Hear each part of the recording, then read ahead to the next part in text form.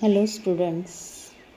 Yesterday we start a lesson, an encounter of a special kind. We learn yesterday the two paragraphs. Next lesson we see now. We learn a now. After a hearty lunch, my parents and my younger sisters lay down for an afternoon nap, and I settled down with a storybook. The quiet afternoon presented the perfect backdrop for reading an adventure story. The silence was occasionally broken by the sound of my family snoring, the intermittent chirping of house sparrows, the harsh cawing of a crow, the shrill call of a kite flying high above the ground. Minutes tick by. I become deeply absorbed in the book. Suddenly, I heard a group of street dogs barking furiously in the distance. I choose to ignore the commotion, thinking that the pack of dogs might have cornered a hapless pig. But soon the barking became louder and more aggressive, and the alarm cawing of a flock of crows added to the cacophony. I also heard the disturbance approaching closer. बघा. After a hearty lunch, my parents and my younger sisters lay down for an afternoon nap. After a hearty lunch, hearty means sufficient and wholesome, पुरेसं, भरपूर. After a hearty lunch, my parents and my younger sisters lay down for an afternoon nap. Nap म्हणजे दुपारची छोटीशी डुलकी. लेखक पुढे सांगतायत सुट्ट्यांचा कालावधी होता आणि दुपारचं पुरेसं भरपेट जेवण झाल्यानंतर लेखकाचे आईवडील आणि त्याची छोटी बहीण, यंगर सिस्टर म्हणजे छोटी बहीण, lay down for an afternoon nap, दुपारची छोटीशी डुलकी घेण्यासाठी झोपलेले होते. And I settle down with a story book, आणि लेखक स्वतः एक गोष्टीचं पुस्तक वाचत बसले होते. The quiet afternoon presented the perfect backdrop for reading an adventure story.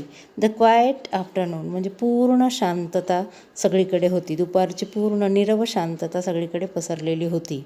The perfect backdrop for reading an adventure story. Adventure म्हणजे साहसी, धाडसी. परफेक्ट बॅकड्रॉप म्हणजे योग्य वातावरण, योग्य पार्श्वभूमी ज्याला आपण म्हणू, किंवा योग्य वातावरण. असं साहसी कथा वाचण्यासाठी योग्य वातावरण, अगदी शांत असं वातावरण तयार झालेलं होतं.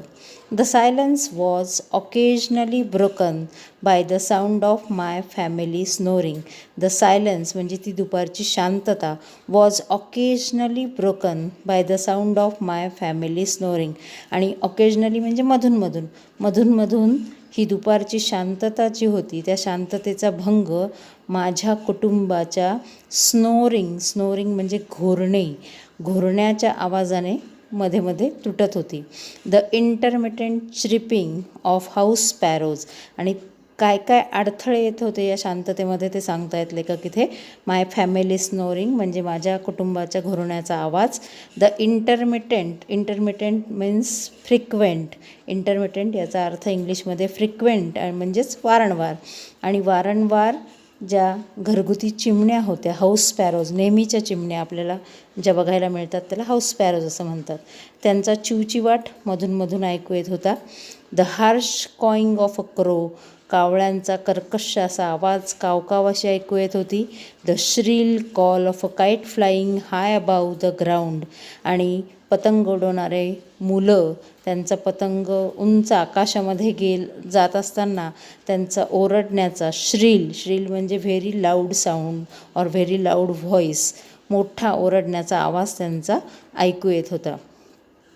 मिनिट्स टिक बाय, वेळ पुढे पुढे जात होता. I become deeply absorbed in the book.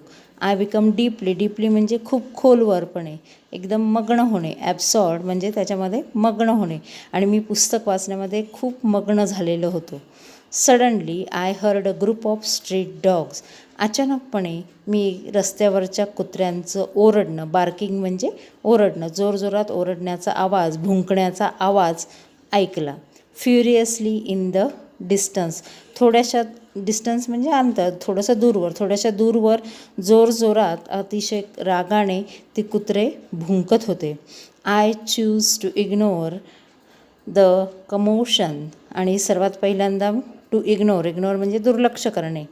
सर्वात पहिल्यांदा मी त्या आवाजाकडे, त्या गोंधळाकडे दुर्लक्ष करण्याचं ठरवलं. Commotion that means noise and confusion. Commotion याचा अर्थ गोंधळ, आवाज, कलकलाट. Thinking that the pack of dogs might have cornered a hapless pig. Hapless म्हणजे अनफॉर्च्युनेट, दुर्दैवी.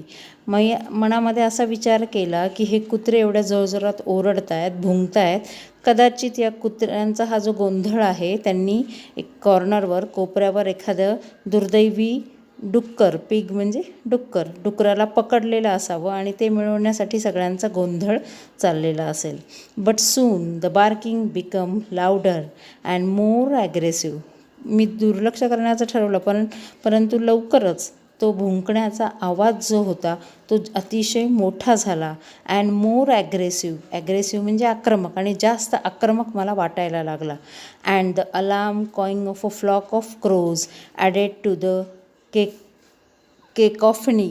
आणि alarm cawing of a flock of crows आणि कावळ्यांच्या थव्यांचा जोरजोरात काव काव करणारा आवाजांची सुद्धा त्याच्यामध्ये भर पडली. ॲडेड टू द केकॉफनी म्हणजे लाऊड हार्श नॉइजेस, म्हणजे अतिशय जोरजोरात मोठमोठे आवाज त्यांना ऐकू यायला लागले. I also heard the disturbance approaching closer. आणि मी सुद्धा ऐकलं तो द डिस्टर्बन्स म्हणजे जो अडथळा, माझ्या पुस्तक वाचण्यामध्ये जो अडथळा आलेला होता तो ॲप्रोचिंग क्लोजर. ॲप्रोचिंग म्हणजे कम नियरर, जवळ येतोय, माझ्या जवळ येतोय असं मला लक्षात आलं. ओके, ह्याच्यामधले सुद्धा शब्दार्थ लिहून ठेवा.